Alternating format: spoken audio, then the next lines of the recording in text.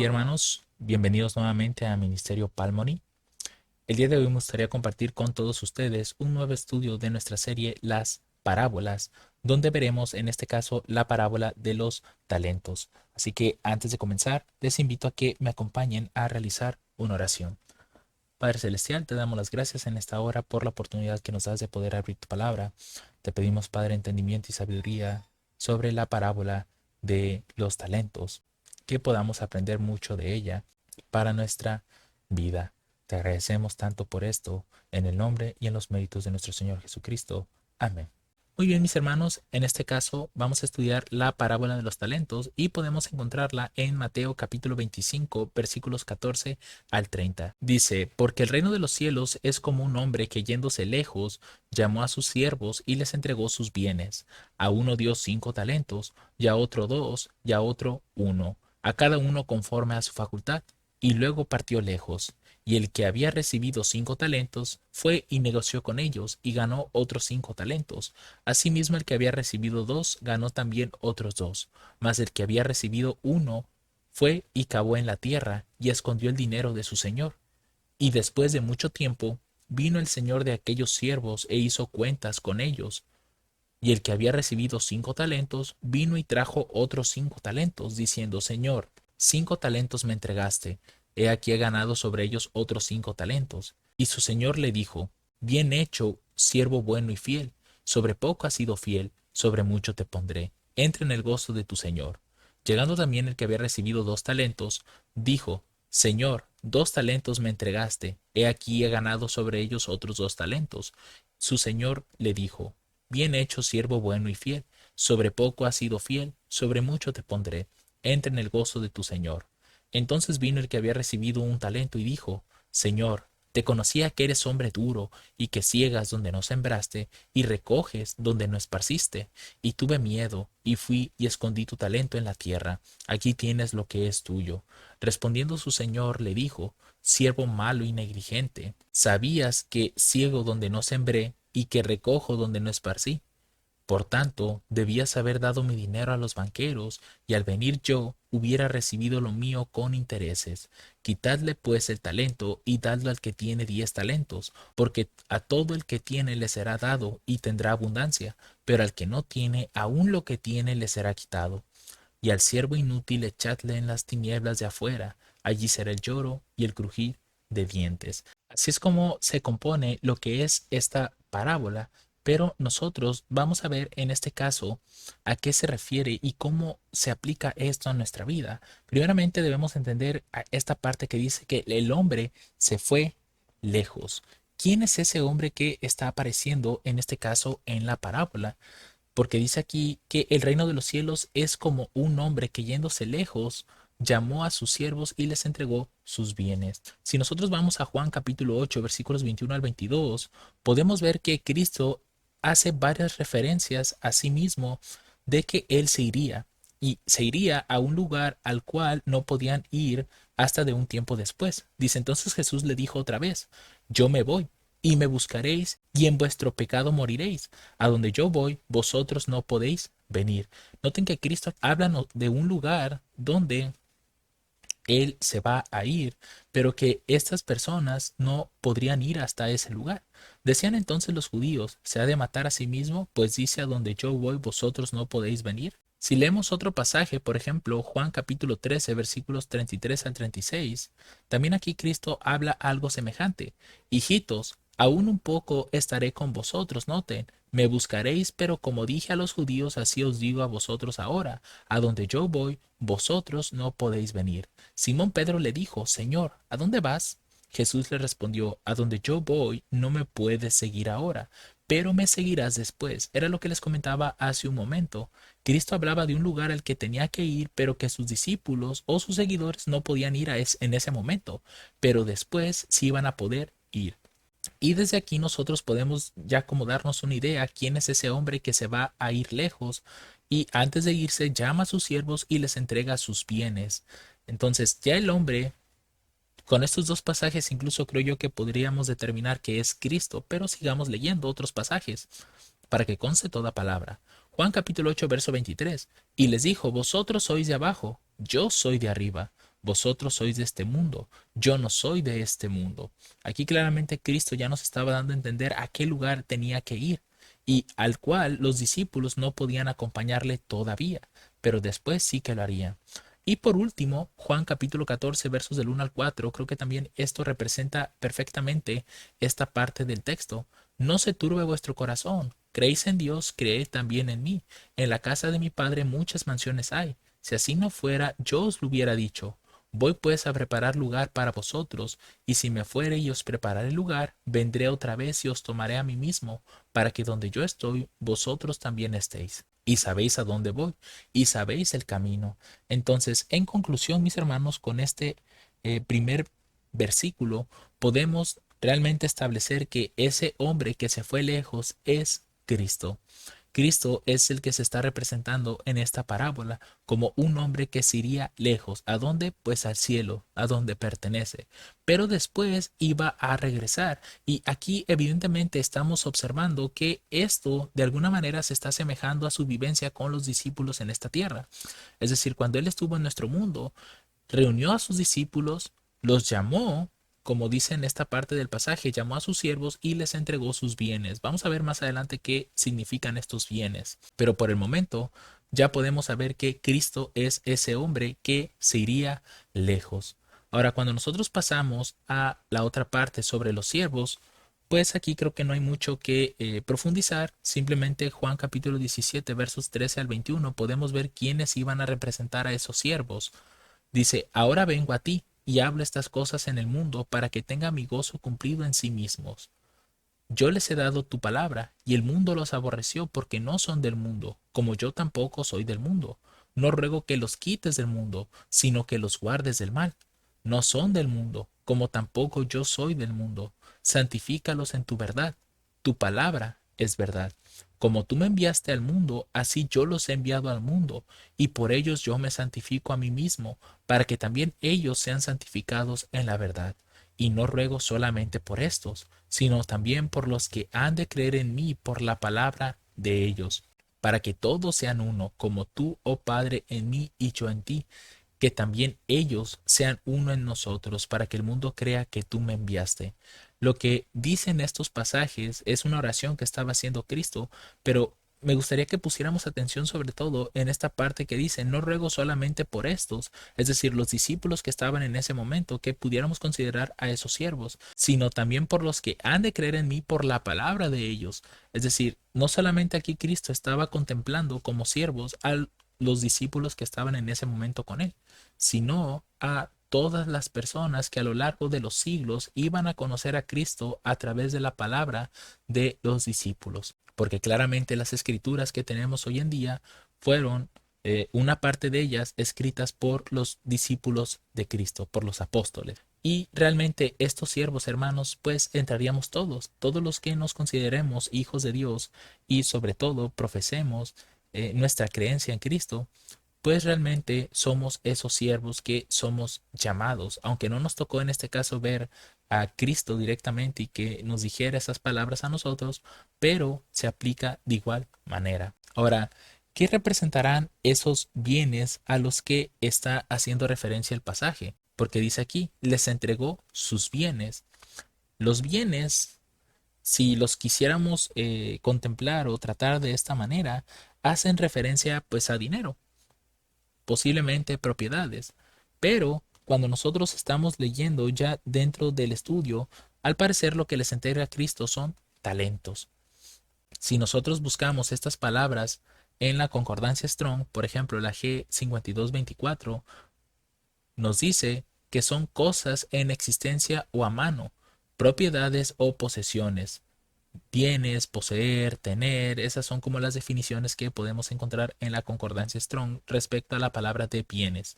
A lo que voy es que son cosas en existencia como propiedades o posesiones, en este caso, dinero. Y en este caso también esta palabra, si notan, eh, en el caso de un talento, porque es lo que se menciona dentro de la parábola, talento dice aquí, presunto de la forma original, tlao, es llevar, soportar, etcétera. Balanza también es utilizada en este caso como sosteniendo pesas, pero también se está hablando de monedas. o una suma de dinero, que aquí pues es traducido como talento, porque eso es lo que encontramos del versículo 15 en adelante. Entonces, ¿realmente Cristo entregó talentos en relación al dinero o bienes en ese sentido? La verdad es que aquí hace más referencia a las habilidades o dones que tiene el hombre y que Dios ciertamente le ha otorgado. Por ejemplo, Hechos capítulo 3, verso 6, esto ya es después de que Cristo se fue al cielo, dice aquí Pedro. Pedro le dijo, no tengo plata ni oro, que es en este caso, si lo comparamos con lo que se está diciendo en la parábola, pues aquí dice que le dio dinero, ¿no? Talentos. Pero vemos que aquí que Pedro no tenía plata ni oro. Más bien lo que tengo te doy, le dice Pedro. En el nombre de Jesucristo de Nazaret, levántate y anda. En este caso, Pedro recibió el don de la sanidad para poder curar a otras personas en el nombre de Cristo. Y esto fue un don que recibió de parte de Dios. Fue un talento, por así llamarlo. Veamos otro caso, Lucas capítulo 10, verso 4. Aquí es antes de que Cristo se fuera, pero fue cuando Cristo mandó, en este caso a sus discípulos, a ir a predicar otras partes. Dice aquí Cristo, no llevéis bolsa, ni alforja, ni calzado, y a nadie saludéis por el camino. En cualquier casa donde entréis, primeramente decid, pasea a esta casa. En otras palabras, cuando Cristo envió a sus discípulos, no los llenó de dinero, de ropa, bolsas, etcétera, sino que los envió así como estaban. Él les dijo, vayan y prediquen, así con lo que tengan. Y en Hechos capítulo 1, versos del 4 al 5, notemos con qué talento o don dotó a los discípulos o a los apóstoles. Dice, y estando reunido con ellos, les mandó que no se fuesen de Jerusalén, sino que esperasen la promesa del Padre, la cual les dijo, oísteis de mí, porque Juan a la verdad, dice aquí, bautizó en agua, mas vosotros seréis bautizados con el Espíritu Santo no muchos días después de estos. Entonces Cristo ciertamente les iba a dejar talentos a sus discípulos, pero no eran los que muchos de nosotros pensamos, que el hecho de servir a Dios, Dios nos va a estar colmando de riquezas y posesiones, sino más bien de talentos espirituales, talentos que podemos emplear en servicio de otros. Y finalmente vemos el resultado de esa promesa, ¿no? Hechos capítulo 2 versos del 1 al 4. Cuando llegó el día de Pentecostés, estaban todos unánimes en un mismo lugar, y de repente vino un estruendo del cielo como de un viento recio que corría, el cual llenó toda la casa donde estaban sentados, y se les aparecieron lenguas repartidas como de fuego, asentándose sobre cada uno de ellos. Y fueron todos llenos del Espíritu Santo, y comenzaron a hablar en otras lenguas según el Espíritu les daba que hablasen. Así que estos hombres recibieron el don del Espíritu Santo, y esos son los talentos de los cuales también se está hablando en esta parábola, ya en un sentido espiritual, porque si lo queremos ver literalmente en esta parábola, pues sí, en efecto, lo que hizo este hombre fue entregarle dinero a estos hombres, porque más adelante se da a entender, por ejemplo, que el tercero, que fue el que vimos en la lectura, pues Cristo les dice que debió de haber llevado su dinero a los banqueros para que Cristo recibiera lo suyo con intereses. Entonces aquí ciertamente pues está hablando un poco de dinero. Pero en sí, ¿cuáles son los dones del Espíritu Santo? Bueno, si vamos a Primera de Corintios capítulo 12 versos del 8 al 10, podemos encontrar esta referencia. Porque a la verdad, a este es dado por el Espíritu palabra de sabiduría, a otro palabra de conocimiento por el mismo Espíritu, a otro fe por el mismo Espíritu, a otro dones de sanidades por el mismo Espíritu, que era lo que tenía Pedro en este pasaje. Pedro, como dice aquí, no tenía ni plata ni oro, pero lo que tenía le iba a dar, y lo que le dio fue el don de la sanidad, para curar en este caso al paralítico. Dice aquí a otro el hacer milagros, a otro profecía, a otro discernimiento de espíritus, a otro diversos géneros de lenguas y a otro interpretación de lenguas.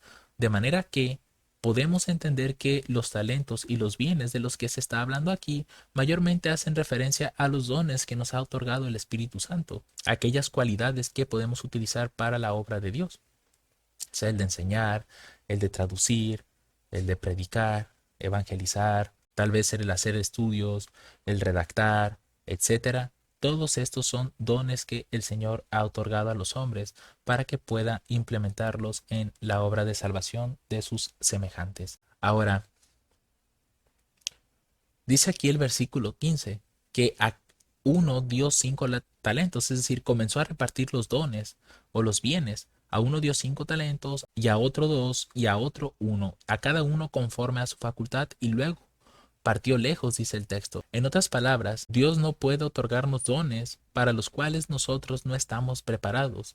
Siempre Dios nos va a dar aquellos dones que estén de acuerdo a nuestras facultades, a nuestras posibilidades. Jamás nos pondrá a realizar alguna obra cuyos dones no poseamos. Siempre Dios nos entregará esos dones para que los usemos, y como en la parábola vamos a ver en un momento más, conforme el uso de esos dones, Dios podrá ir añadiendo más dones a nuestra vida, que es lo que nos dice Mateo capítulo 25, versos 16 al 18. Dice, y el que había recibido 5 talentos fue y negoció con ellos y ganó otros 5 talentos.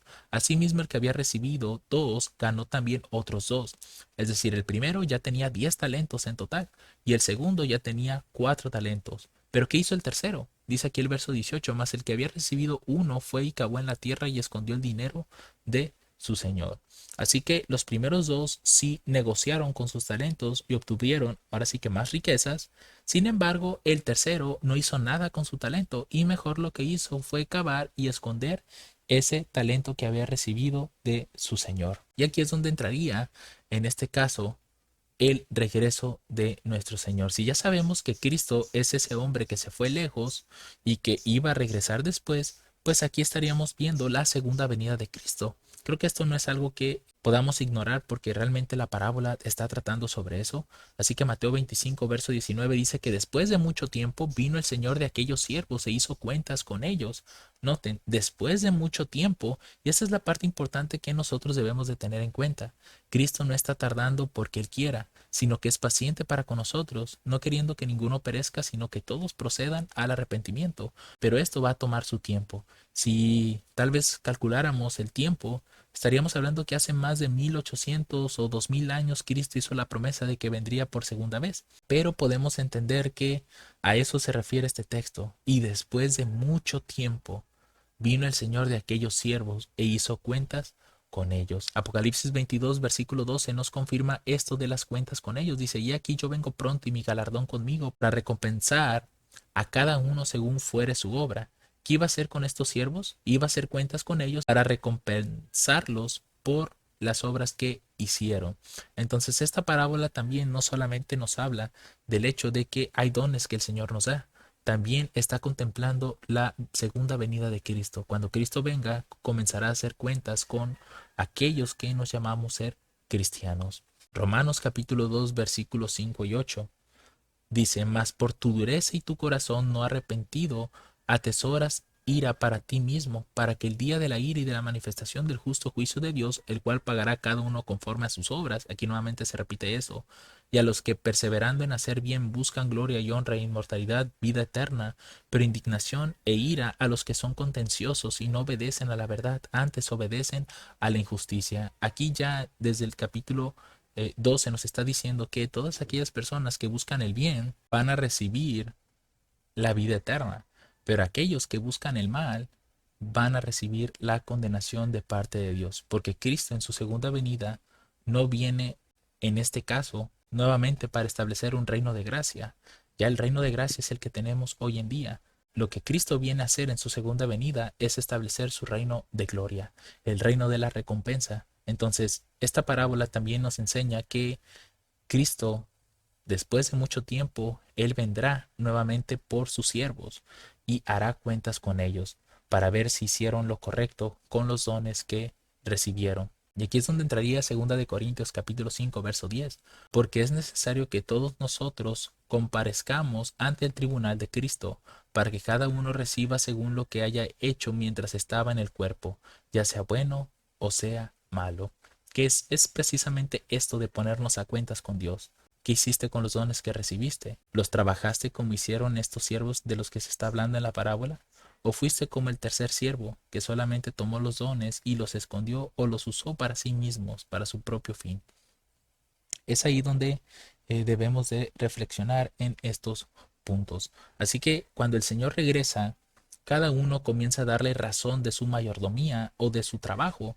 En los versos 20 al 21 dice, y el que había recibido 5 talentos vino y trajo otros 5 talentos, diciendo, Señor, 5 talentos me entregaste, he aquí he ganado sobre ellos otros 5 talentos. Y su señor le dijo, bien hecho, siervo bueno y fiel, sobre poco has sido fiel, sobre mucho te pondré.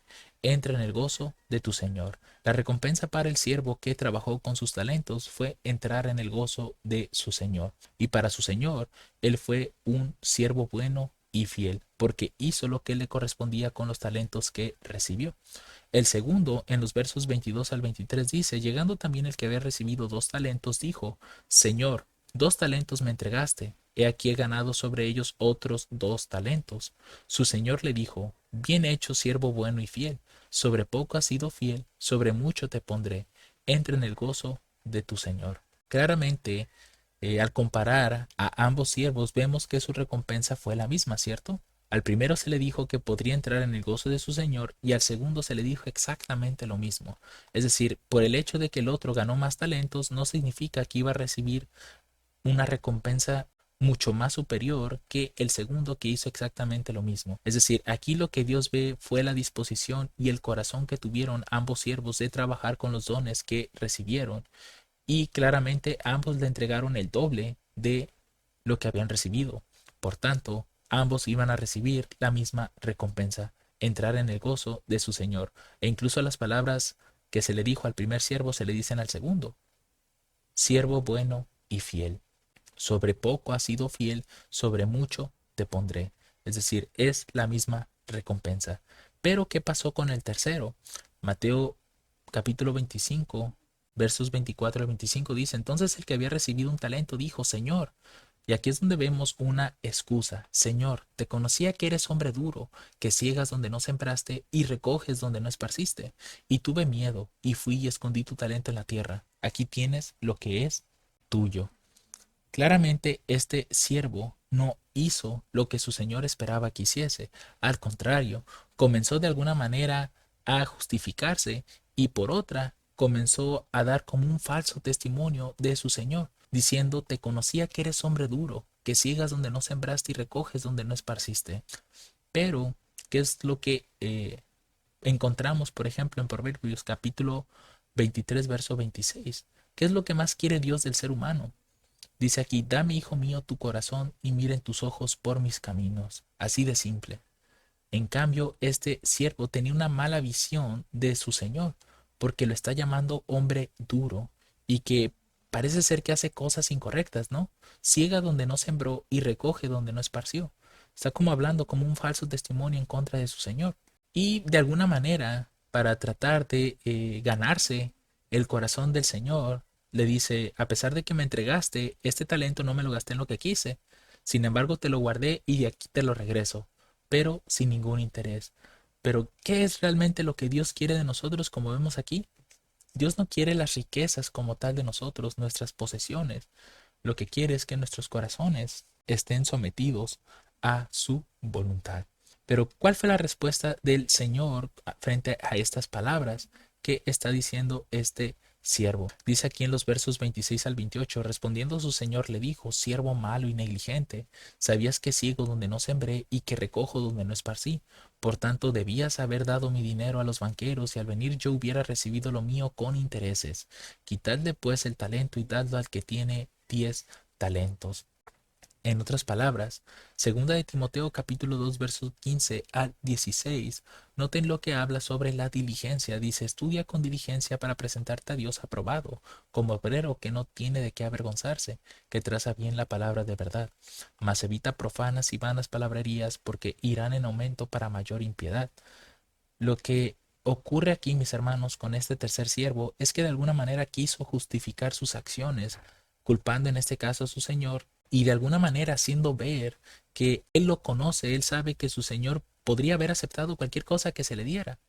Sin embargo, Dios ya había establecido, o más bien este señor ya había establecido lo que se tenía que hacer con ese talento.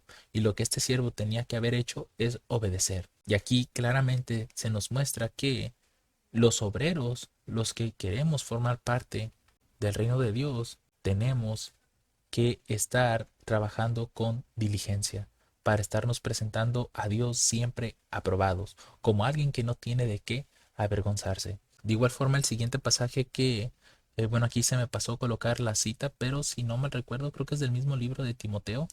Dice, predica la palabra, insta a tiempo y fuera de tiempo, redarguye, reprende, exhorta con toda paciencia y doctrina. Todos esos dones que nosotros hemos recibido necesitamos enseñarlos a otros y sobre todo estar apoyando a otros a que puedan cambiar. Por eso es que dice aquí, predica la palabra. Nosotros tenemos un don recibido del cielo, predicar. ¿De qué forma? Bueno, eso ya depende del talento que hayamos recibido. No todos podemos hacerlo tal vez desde un púlpito, no todos tal vez podemos hacerlo de casa en casa, no todos incluso podríamos llegar a hacerlo de manera personal. Pero sí tal vez nos guste mucho lo que es la redacción y tal vez podamos estar haciendo pequeños folletos, panfletos que podamos estar repartiendo a las personas para estar compartiendo la verdad.